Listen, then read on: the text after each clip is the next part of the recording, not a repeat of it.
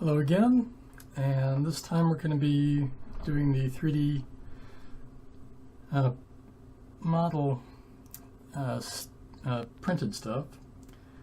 So this is one of the turtle shells that I made before, and let's get the top-down camera for you.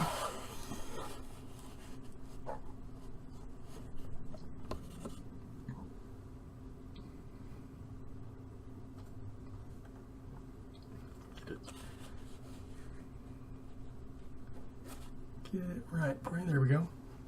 So this one, I had it under the heat gun, and I had one section of it under the heat gun for a bit too long. You can see it right there. So what we're going to do, if you haven't guessed, because of the soldering iron, the excess filament, and the needle nose pliers, we're going to fill that gap before we do anything else. So taking a little X-Acto knife, going to puncture that,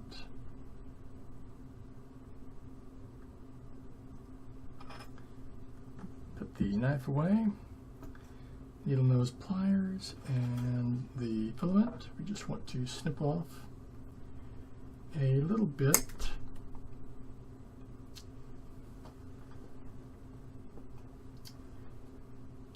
Okay, we'll just snip off a little bit more then.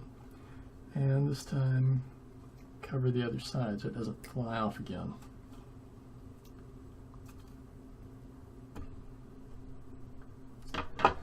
And now we're just going to put this right down into the hole, like so.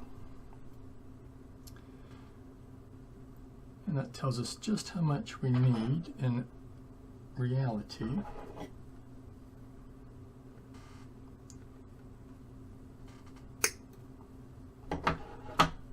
Is more like that, just a little speck.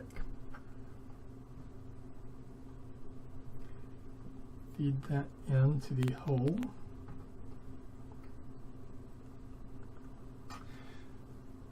And now take the soldering iron, which has been heating up for a while now, and verify that it is hot using the moistened sponge.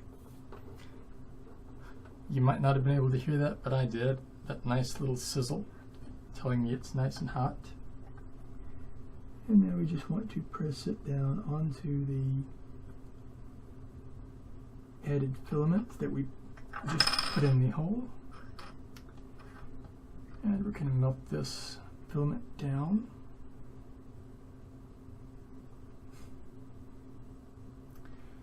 Dotting the soldering iron back onto the sponge if smoke starts to become a bit of a problem.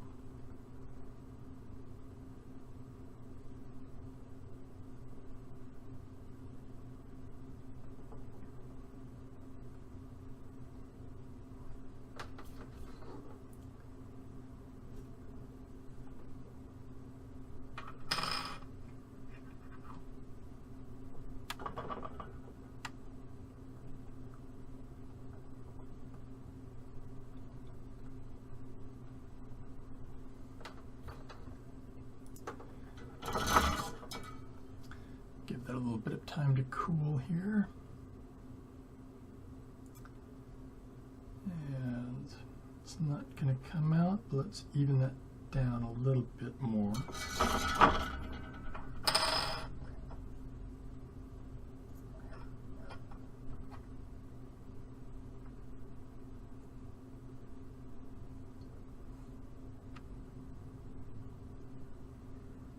Always got to be willing and ready to fix a print that has gone awry due to other reasons than you thought would happen.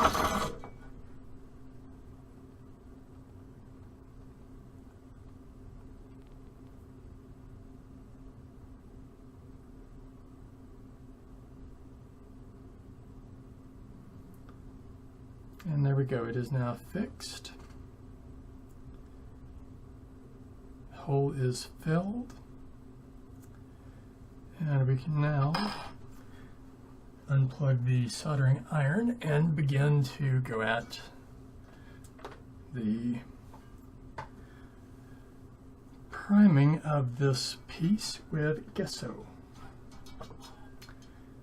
or as I should be calling it, gesso.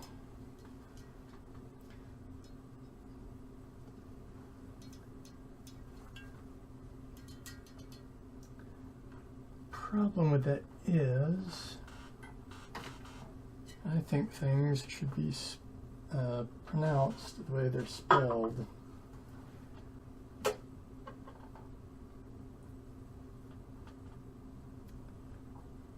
So when I see something with a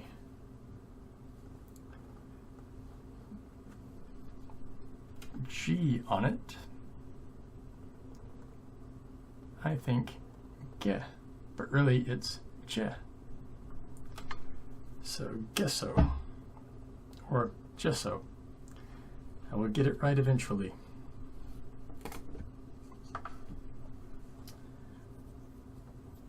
And of course we need a brush, which we've got right here. And what we're going to do is just dip it into the gesso and just go over every bit of this with the primer. And what this is going to do is allow the paint to better grip the surfaces. It'll also help give it some striations and a unique little look to it, which helps when you're trying to get a print finished. Having it look interesting is the entire idea.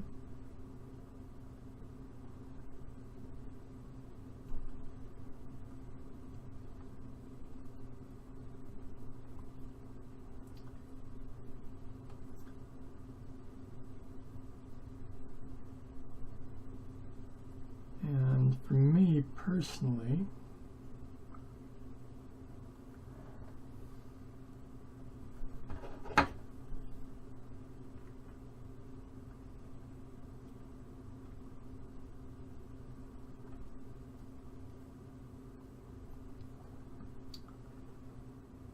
I like them to have color and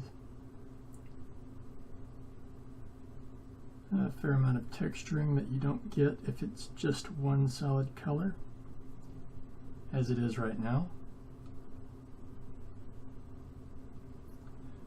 So we're just going to go over the entire thing with gesso.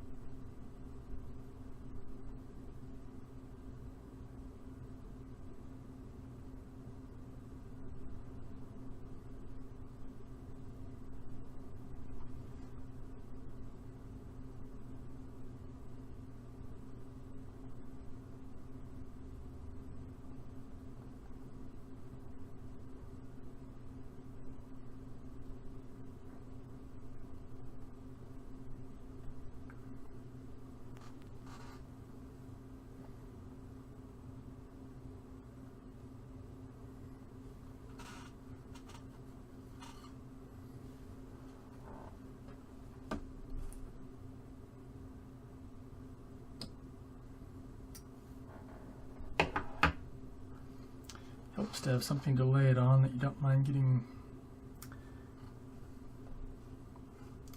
white pigment on it. Now some places may look a little bit thick,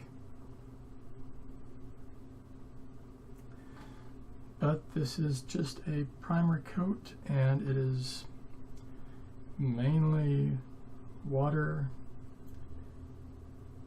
a little bit of glue type substance, and a almost like chalk material for the white.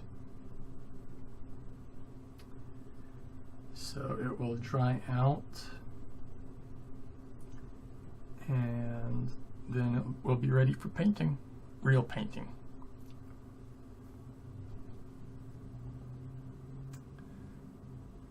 That is going to be about it for this session.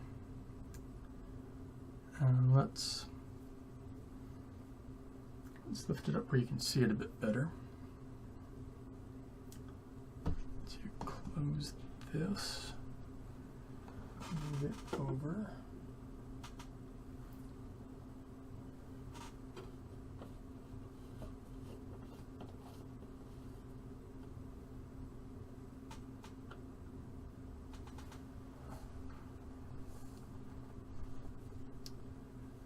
There we go. So there's what we have now.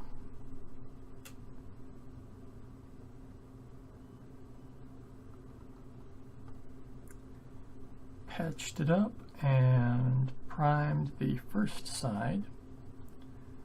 The other side I'll hit as soon as this one's done. And then I guess next time we'll paint it.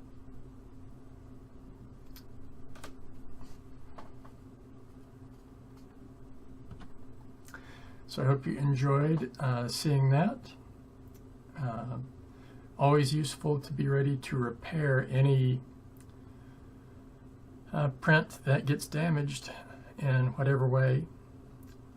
Better that than not fixing it and having to throw it out, because it's perfectly good. Just had a little issue with the heat gun use. Everything's a learning experience. So I will see you all in the next session. That's all for this session of Polygonal Art with JoRaSe. If you enjoyed what you saw, how about giving this video a thumbs up? And don't forget to subscribe so you won't miss out on future videos from me.